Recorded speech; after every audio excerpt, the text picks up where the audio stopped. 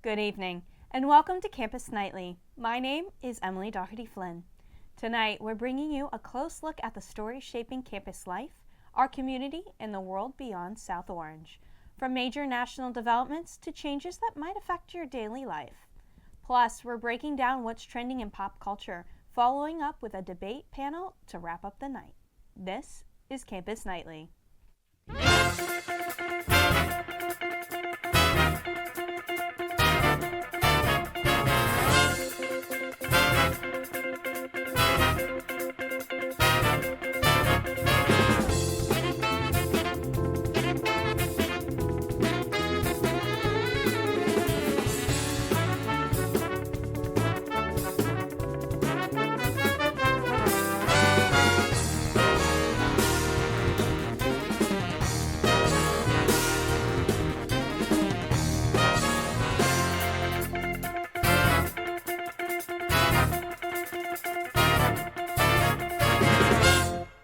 Here's what's coming up.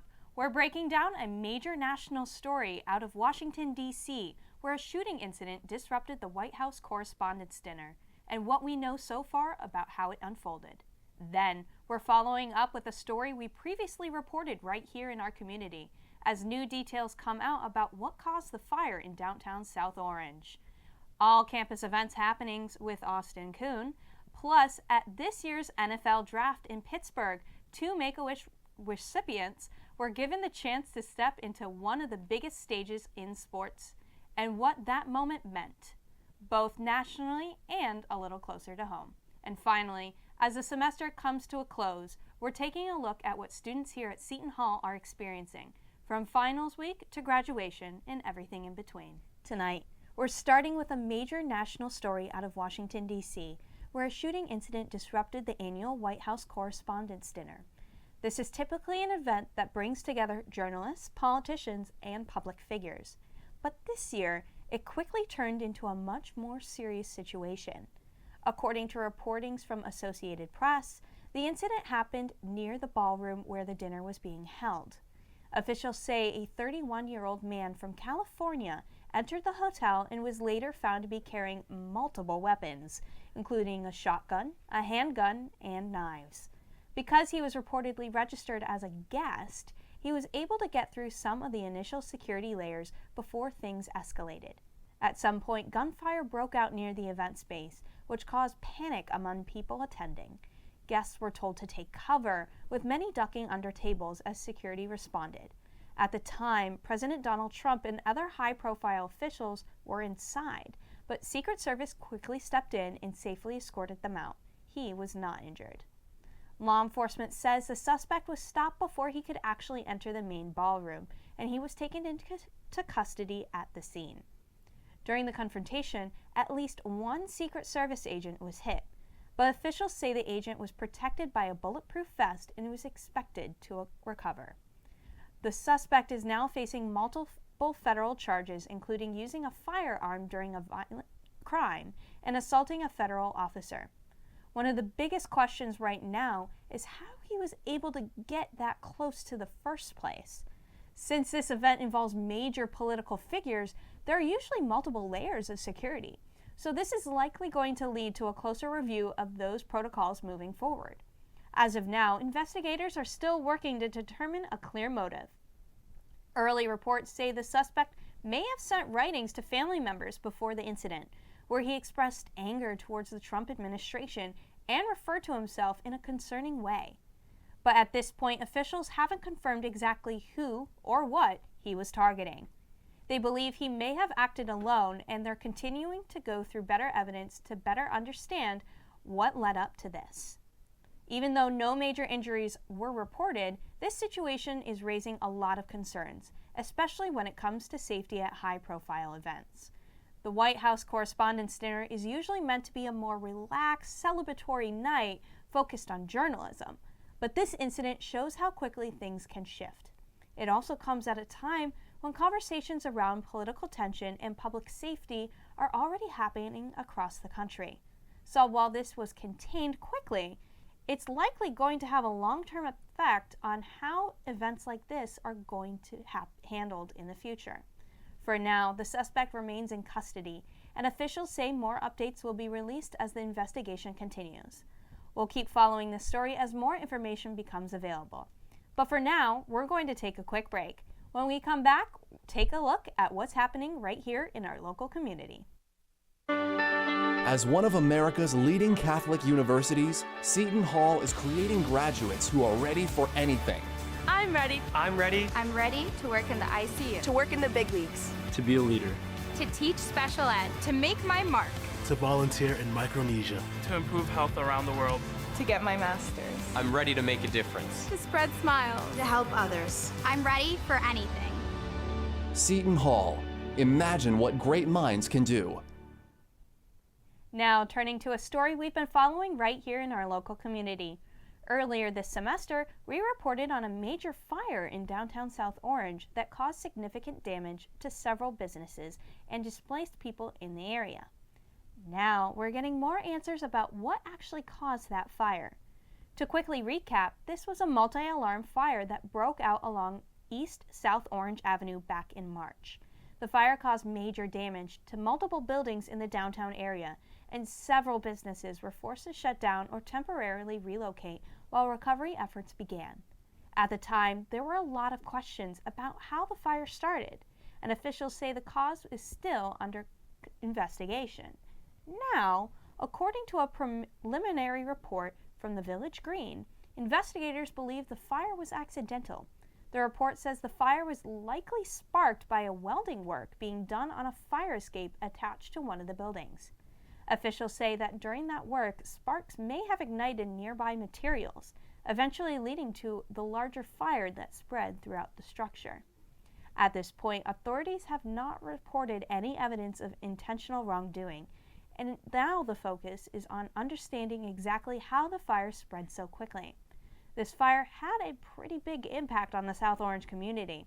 Several local businesses were directly affected, with some having to relocate while repairs and rebuilding continue. And beyond just the physical damage, situations like this can have a ripple effect, impacting employees, customers, and the overall downtown area. But since the fire, there has also been a lot of community support, with efforts to help those businesses get back on their feet. Even though this has now been ruled an accident, it does raise some important questions about safety, especially when it comes to construction or repair work in downtown areas. Something as routine as welding can become dangerous if sparks come into contact with flammable materials, which is why safety protocols are so important in situations like this. This report is still considered preliminary, so officials say the investigation is still ongoing, and more details could still come out. For now, this gives the community a clear understanding of what caused the fire. Even as recovery efforts continue, we'll keep following any updates as they come in. But coming up next, we're shifting gears into campus events with Austin Kuhn. Stay with us.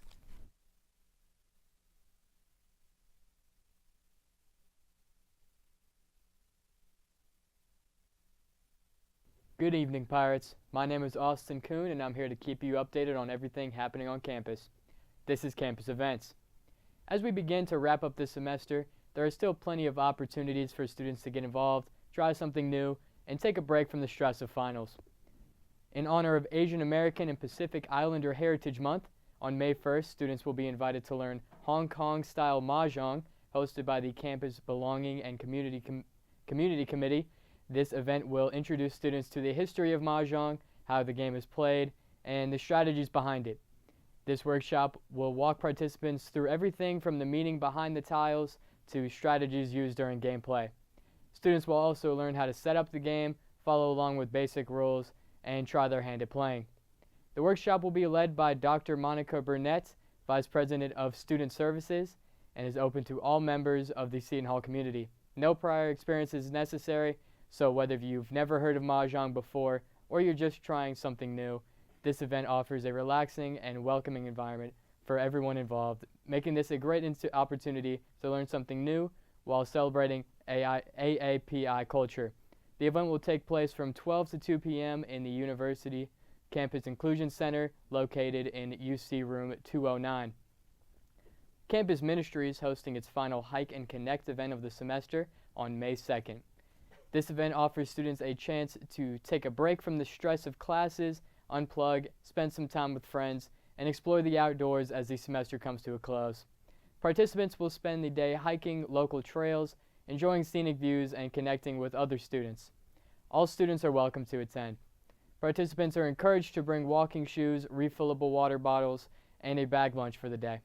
Transportation will be arranged through carpooling ahead of time, and the trip will run from 10 a.m. to 3:30 p.m., with students meeting in the Boland Hall courtyard before heading out to the Schooley Mountains in nearby Morris County. And finally, Seton Hall Theater is presenting Company at the South Orange Performing Arts Center. This dark comedy follows a bachelor's contemplation of marriage through interactions with his married friends, featuring an engaging, energetic score, vivid characters, and honest emotional insight on modern adult relationships. Every audience member will see reflections of themselves on stage. The production is directed by Pete Reeder and features a cast of crew made up of Seton Hall students. Performances will take place at 8 p.m. on April 30th, May 1st, and 2nd, with a 2 p.m. matinee on Sunday, May 3rd. Whether you're a longtime theater fan or just looking for something different to do around campus, this is a great way to support Seton Hall students' performances and experience live entertainment close to campus. And that's all for today's campus events. Thank you for tuning in. I'm Austin Kuhn, and I'll see you next time. Back to you, Emily.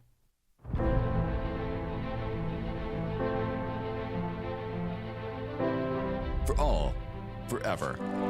A promise that began 170 years ago and still guides us today. A legacy of knowledge, faith, and transformation, born of vision, built on community. We are one university with one mission, to create an immensity of future good, as Mother Seton once hoped, to prepare minds, to open doors, to lead with compassion. This is Seton Hall. Driven by purpose, united by faith, reason, and possibility. And now, a campaign to elevate every Setonian, for all, forever. A historic goal to touch every corner of our university and every member of our community. We prepare leaders through scholarship. We enrich education through immersive experience and global reach. We strengthen our cornerstones with academic excellence, research, and faith. Because every gift touches every student, today and for generations to come. For opportunity, for discovery, for community. Join us in shaping the next 170 years. For all, forever. A campaign for a greater Seton Hall. Now shifting gears a bit, this next story is a mix of sports, community, and something a little more personal. At this year's NFL draft in Pittsburgh, 2 Make-A-Wish recipients got the chance to step onto one of the biggest stages in sports and actually announce first-round picks live. As part of a partnership with the Make-A-Wish Foundation, the NFL brought 2 individuals on stage during the first round to take part in the draft in a really meaningful way. One of them was Easton, a 14-year-old Detroit Lions fan who had the opportunity to announce the team's 17th overall pick, Clemson offensive tackle Blake Miller. The other was Dylan Pratt, a 20-year-old cancer survivor from Ohio who announced the Seattle Seahawks' 32nd pick. Pratt was diagnosed with cancer at just 16 years old, and according to his story, he actually had to postpone his wish in 2025 because he was still going through treatment. So being able to come back this year and stand on that stage, he described it as a dream come true. Both were featured on the main stage in front of a live crowd, and millions of people watched the draft at home. And moments like that really stood out during the draft. If you watched the NFL draft before, you know it's usually fast-paced, teams making decisions, analysts reacting, everything moving pretty quickly. When Easton and Dylan came out to announce those picks, it kind of shifted the energy for a second. It made the moment feel bigger than just football. And that's something the NFL has been doing more of, bringing in fans, community members, and people with meaningful stories to be part of those announcements. And for me, this story hits a couple different ways. First, as someone who's a former Make-A-Wish child, I know how much something like that can mean. It's not just about being there in the moment. It's about something that stays with you long after. And at the same time, this also connects to what we've been doing here at Seton Hall. Our SHU TV sports team actually covered the first night of the NFL draft last week, going live for about 4.5 hours, breaking down picks and treating it like a full broadcast. So it's kind of a full circle moment, seeing something happening on that national stage while students here are doing their own version of that coverage in real time. At the end of the day, moments like this show different sides of events like the NFL draft. Yes, it's about teams and players, but it's also about creating opportunities for people to be part of something bigger. And even in a huge production like this, giving someone that kind of experience can have a lasting impact, not just for them, but for everyone watching. It was definitely one of the more memorable moments from this year's draft. And now, bringing it back here to campus, as the semester comes to a close, students at Seton Hall are heading into one of the busiest and honestly most emotional times of the year. With finals starting next week, students across campus are getting ready for the final push of the semester.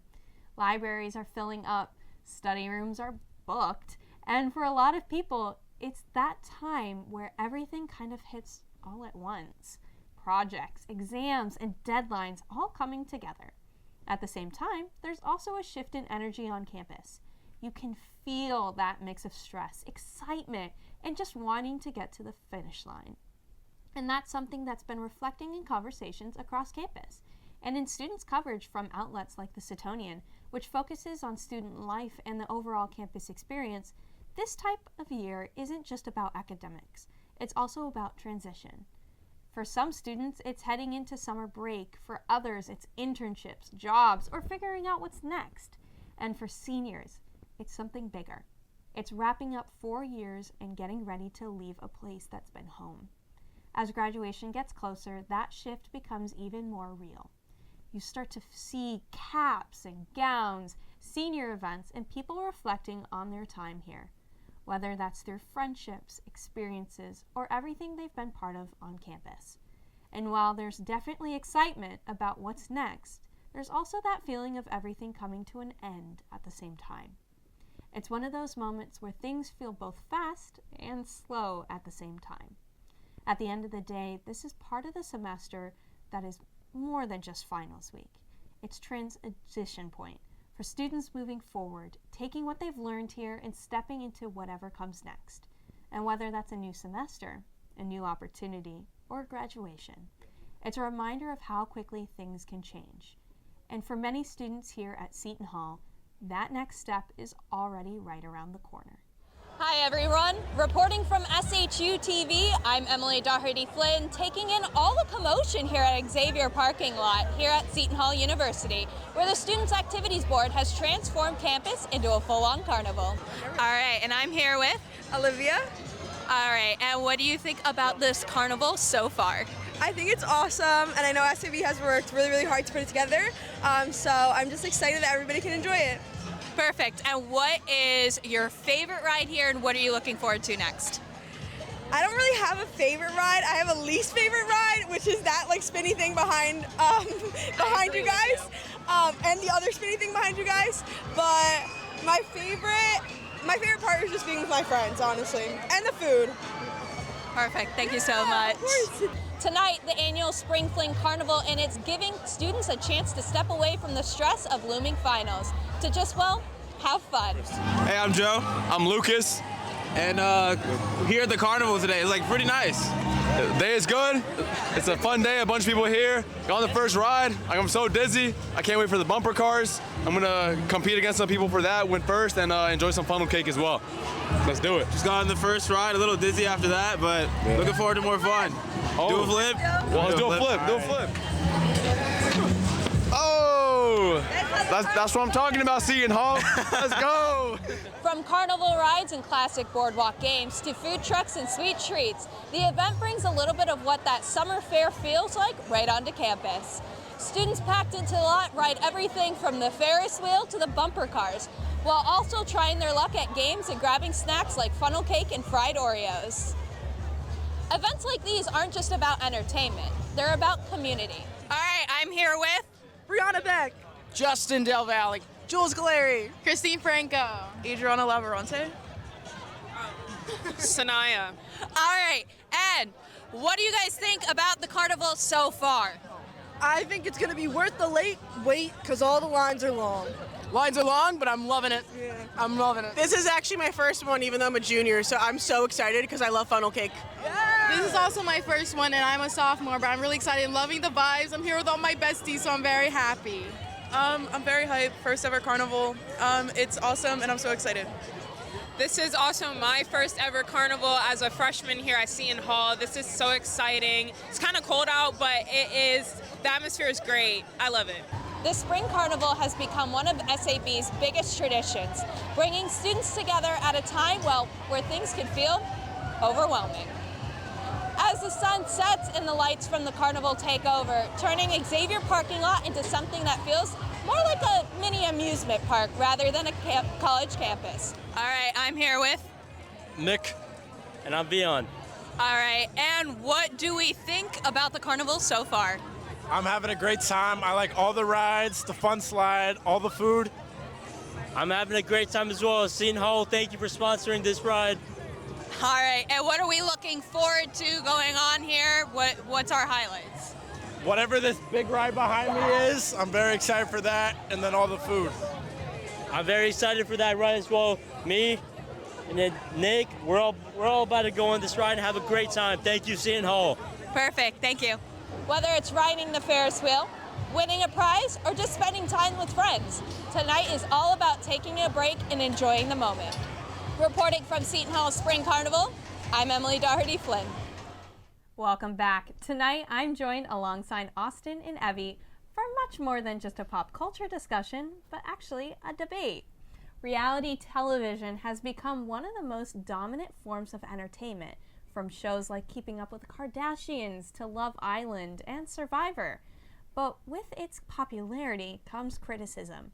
So today we're asking, is reality TV just entertainment, or does it actually have a negative impact on society?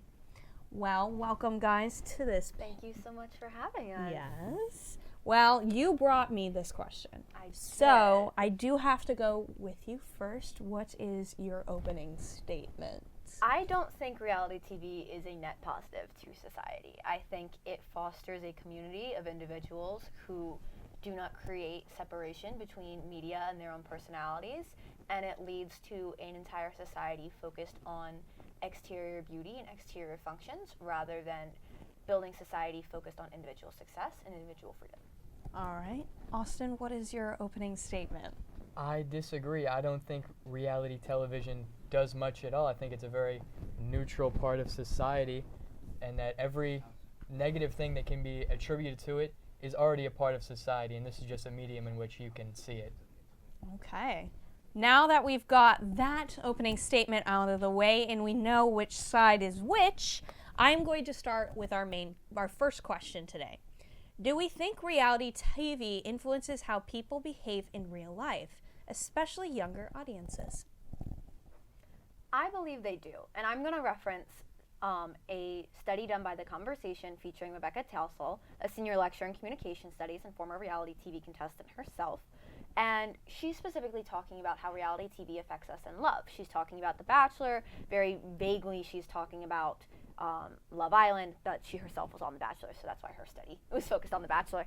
And she's talking about how individuals find surface love information based on reality TV. We're looking at things from a very superficial level, very surface level. Are those opposite words? Those might be the opposite thing. I think we're following. I think we got it. Yeah, you're good. You're good. The point is. Either way. All good. Continue. What I was trying to make my point about is that she's talking about how individuals see reality television and see how those individuals are acting with each other in these very quick, very surface-based interactions and how they're applying it to real life. And not just on a love front, but all meaningful interactions. They're applying it to things as simple as just how do you address your professor. It's getting rid of formality in places that still need to be formal, and it's inviting a less welcoming environment for individuals looking for love. Okay. Austin? In a way, you have a point, but also I feel like what you're saying is a little misguided. Yeah, I feel like reality TV, the whole point is that it breaks away some levels of formality that are usually found in society. But if your kids, if they're finding reality TV and they're like, yes, this is how life is, this is how I'm going to be, this is what love is about, then I don't think you're doing your job very well. If you're not showing them deeper levels of how you're supposed to interact formally and like with love, like if you're not demonstrating to them how it is supposed to be, yeah, they're gonna look at Love Island and be like, yeah, I guess that's how it's supposed to be. But yeah, so I don't think reality TV is at fault if your kid thinks that's how it's supposed to be. I think it's insulting to say it's a problem only for reality TV, the way media influences us. No matter what you do, good or bad, you are influenced by what you are watching. No matter how good or bad your parenting style is or how your parents interacted with you, you are influenced. Even on a surface level, people who watched Super Y as a kid probably know more words than those who didn't, because that whole show is based around the idea of telling students how this works. People who watch Dora probably know a handful more Spanish words, though not me. I failed to watch Dora. I did too, I'm not gonna lie. I did not watch Dora. But the point is, no matter what we're watching, we're influenced. And reality TV has a habit of taking everything up to 11. And it reaches a point where people are more focused on what's happening on the media screen than they are about what's happening in their real life, and that's what's influencing it. They care more about what they're seeing than how they're acting, so they inherit what they're seeing. Yeah, honestly, I'm a little confused by what you're saying because I feel as though what you just said kind of goes to my point about you're saying that you can get influenced by anything all over the place. And yeah, reality TV takes it to 11 about social interactions, but like the Looney Tunes takes cartoon violence to 11, and that's not making kids hit each other over the head with mallets. Like, I don't see how you're trying to say that reality television because translates life is about to people. moderation, and reality television does not exist in moderation. It is all about in your face. It is all about every bit of drama they can squeeze out of it. There is nothing reflective about reality TV. Honestly, there's nothing about it that reflects reality. Like, it's a terrible name for what it is because it's not an accurate description of it. I think one of the easiest ways I can describe this is we all at UTV here sit here and we watch Dance Moms, and we all complain about how Abby Lee was horrible to all those students and did nothing good for those individuals, and how, one, you shouldn't be marketing that because now it's insulting to the individuals on screen, which is a whole nother argument that I will come back to later. Mm-hmm. But two, if I did that in real life, or if we did that in real life, we would not keep our jobs. Well, that actually goes into one of my questions. How real is reality TV? If producers are shaping storylines, does that make it misleading? I'll take this. I think that reality TV is real, but the only thing is that, like we were saying, it takes what is in real life and it amplifies it. And like with Dance Moms, I don't know if you were around, like, you know, the dance, like, girls growing up. But I was one, thank you. Yes, my sisters as well. And I saw a lot of similar things going on. Obviously, Abby Lee Miller was not there, so it was, no one needs to go to jail just yet. But some of the yes, some of the aspects of it, like the things that they were going through, I saw in real life. Obviously, it was amplified on the show for entertainment purposes. That's the point. There is no moderation. If it's amplified and every single thing is amplified, then that's not reflective of reality. That's just drama. There's no real basis to that. If we want to hunt down on Dance Moms, because I have way too much fun making fun of Dance Moms, if we focus on just the mothers for a second, bring the girls and the fact that 11-year-olds are jealous of each other out of the conversation. These are full-grown adult women yelling at other women about something, one, out of their control, and two, simply because there's a camera in front of them. They discuss it themselves on the show, and we've had multiple performers from the show, multiple of the girls who were dancing, come forward later and address the fact that none of it was real. They'd fake winning competitions regularly. The individuals were like, oh yeah, they made the girls read what was on the teleprompter when they were doing their private interviews. And I think you can see that in the show because they made Maddie Ziegler seem like she was a horrible friend, but no matter what, when you watch a competition on the show, she's the first person to help her the other girls on the team, she's the first person to respond to them. There is clearly a false narrative being played to us, and they're trying to get away with it by saying, oh, that's just dance. Well, then the question is, does it matter if audiences know that it's edited? No, I don't think it does matter. Because like I said, sure, you're watching it knowing you're not going to think, oh yeah, this is a real slice of life content. It's going to be very tame, and I'm going to really see what an average day of a real human being is like. You're watching it saying, I wonder what Abby Lee Miller's going to say today. I wonder what kind of crazy stuff she's going to say, what these moms are going to say to each other. And I don't see a problem with that. Yeah, you're saying, oh, it doesn't reflect reality. So what? What's the problem with that? Well, that brings us to something that was reported on by the City Route, which is the idea of, excuse me, because I will butcher this word, Schadenfreude, which is, I believe, German in essence. Yeah, I can't say that either. I'm but so it sorry. means a word used to describe the positive feelings some people get when they see others' misfortune. And it's talking about the negative effects of reality TV and reality shows like that, where people in the audience, whether regardless of if they know it's real or not, are seeing others fail and getting joy from that. Isn't that a negative effect to society? Isn't it a bad thing that we're seeing others' lack of control and lack of situational awareness, and we see it as a positive for ourselves? If we take every bad thing that everyone around us does and make it seem like it's a good thing for us, then we lose society's communication factor and we lose the connection of society. If we become an individual society, which we're already bordering on in the first place in most Western cultures, we lose the idea of support. And reality TV is reinforcing that by allowing the audience to sit there knowing this isn't really what life is supposed to be like, but I'm going to watch it anyways because Kim K is yelling at her husband. I'm not really seeing the connection between reality TV and like the dismantling of social structure. Like, I don't see how those two things are connected. People know it's fake. They watch it because it's fake and because it's entertaining.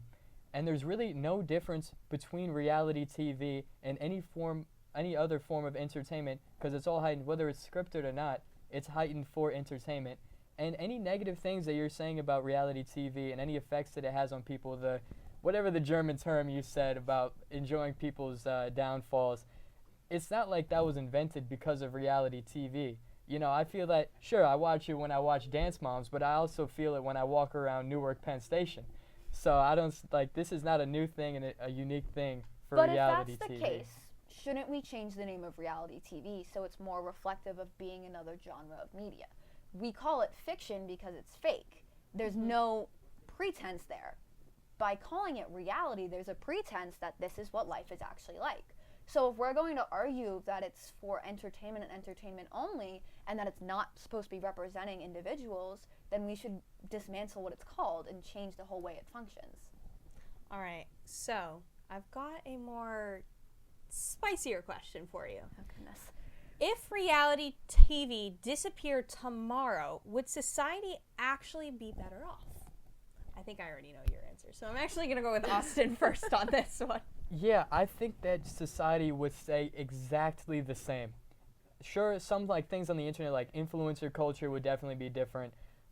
That might be a net positive, but strictly reality TV, not its offshoots, strictly reality TV. If Jersey Shore was never around, if Dance Moms was never around, I don't think any part of our reality would be different, because every part of it is just a reflection, sure, amplified, like we've been saying, amplified, but it's a reflection of things that we feel and we see every day. And so I don't see how getting rid of it would change anything. See, it does, because you keep talking about how the offshoots are irrelevant, except the offshoots would not exist without reality TV. Influencer culture would not exist, I think specifically without Jersey Shore, because I'm pretty sure Snooki started. Didn't quote me on that, but I just have it in my gut. But my point is, all of these things that you're talking about that you're even conceding, saying we could be better off without, would not exist without reality TV. You cannot remove the effects of reality TV from reality TV itself. Emily's question goes down to the root. If we were to take reality TV away, we would lose everything it influenced, and that is a net positive for society. We lose the way that influencer society has changed the way we look at the workforce. We lose the way influencer society affects young girls and their body image. We lose the way influencer society invades our brain. That stems from reality TV, and you cannot pretend it doesn't. I'm going to go into final comments on this as an overhaul. Austin, I'll start with you. Give a closing out statement, and then Evie, I'll switch to you, all right? Austin? I would just say that influencer culture in the internet would very possibly still be the same without reality TV. The internet was invented, I'm guessing, in the 80s, just around then, before reality TV, before the real world was even invented. The internet was still... Did you just say before the real world was invented? Whoa. The real world, Let's let him the finish. reality, the MTV reality TV show. Thank you. Yes. The real world has been around for at least 20 years, as far as I'm aware. Okay. I think, yeah, the internet would have still evolved. Sure, you know, if you have access to look into the multiverse, we can see if influencer culture would be the same without it. But I think the tracks that built, like, how Instagram is, we'll say, right now, were already in the works before reality TV was even thought of. So everything that you're saying is a problem with reality TV is a problem with all of society in general, and reality TV is just a reflection of that. First off, sorry for interrupting you, though I did appreciate the clarification on what Real World was, because I didn't know that was a TV show. It's like the first reality TV show. Second, reality TV is a net negative to society because it allowed platforms such as MySpace, if we want to go all the way back and you're talking about the start of the internet, goodness, we can even go to AOL if you really want to get crazy with it. It started on those platforms by changing where they were in the idea of bringing community together and change them into individual success stories. It has not allowed society to grow as a unit, but rather focused on the individual story, and has influenced individuals to stop caring about society together, but rather what makes them special and what makes the person they're following special, and how they can be special enough to be like them. Thus, it is a negative. All right. Well, that's all for tonight's episode of Campus Nightly. This is actually my final time hosting, and I just want to say being part of this show has meant so much to me. From the control room to the desk and everyone in between, it's been an experience I'll carry with me long after this. Thank you to everyone who's been part of it and everyone who's watched along the way. Once again, I'm Emily Doherty Flynn. Good night.